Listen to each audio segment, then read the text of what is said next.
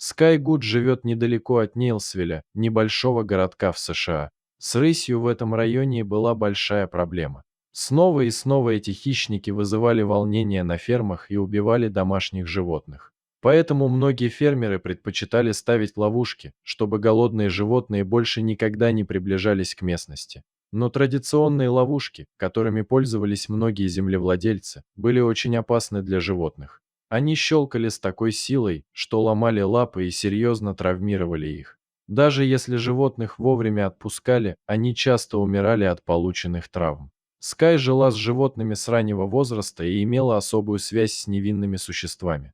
Недобросовестные действия фермеров разбили женщине сердце. Она решила что-то сделать с этой обидой. В наши дни есть лучшие современные ловушки, которые ловят животных, но только удерживают их, не причиняя им вреда. Таким образом, землевладельцы могут препятствовать проникновению хищников в определенные районы, не причиняя им вреда. Но владельцы ферм не придали особого значения новому методу.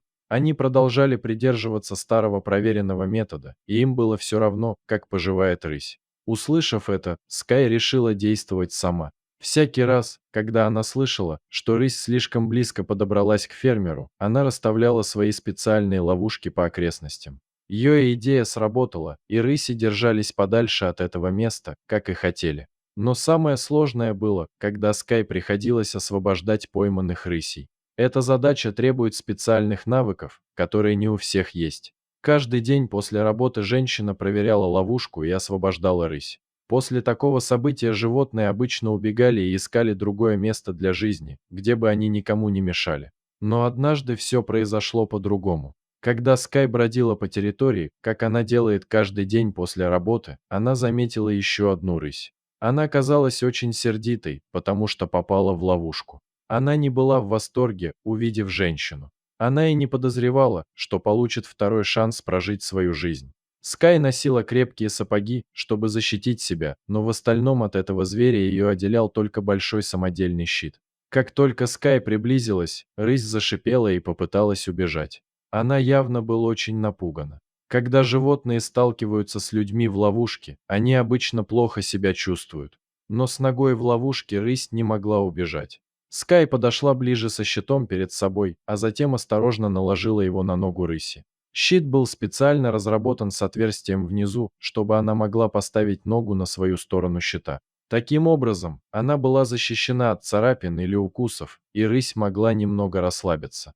Скай посмотрела поверх вывески на рысь, и на мгновение они встретились взглядами. Казалось, что большая кошка начала понимать, что девушка пытается ей помочь. Затем она немного расслабилась и перестала пытаться убежать. Это дало Скай возможность открыть ловушку и освободить рысь. Прошло мгновение, прежде чем зверь понял, что свободен.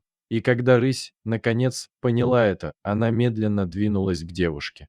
Она подошла очень близко, посмотрела в глаза девушки и убежала в лес. У Скай не было причин полагать, что она когда-нибудь снова увидит именно эту рысь. Но женщина запомнила необычное белое пятно на груди у этого зверя. Прошли годы, Скай спасла множество разных животных. Ее дети стали немного старше, и она могла рассказать им все о земле и животных. Одним из способов сделать это было отвезти детей в более высокие районы страны и разбить там лагерь. Они разбили свои палатки под деревьями недалеко от плотины. Там была поляна, где они могли развести костер и приготовить еду.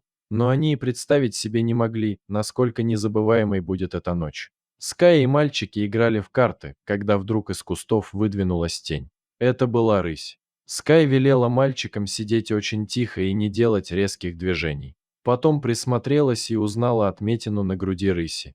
Это было то самое животное, которое она выпустила в этом районе много лет назад. Рысь не выглядела агрессивной, но Скай знала, что диким животным нельзя доверять.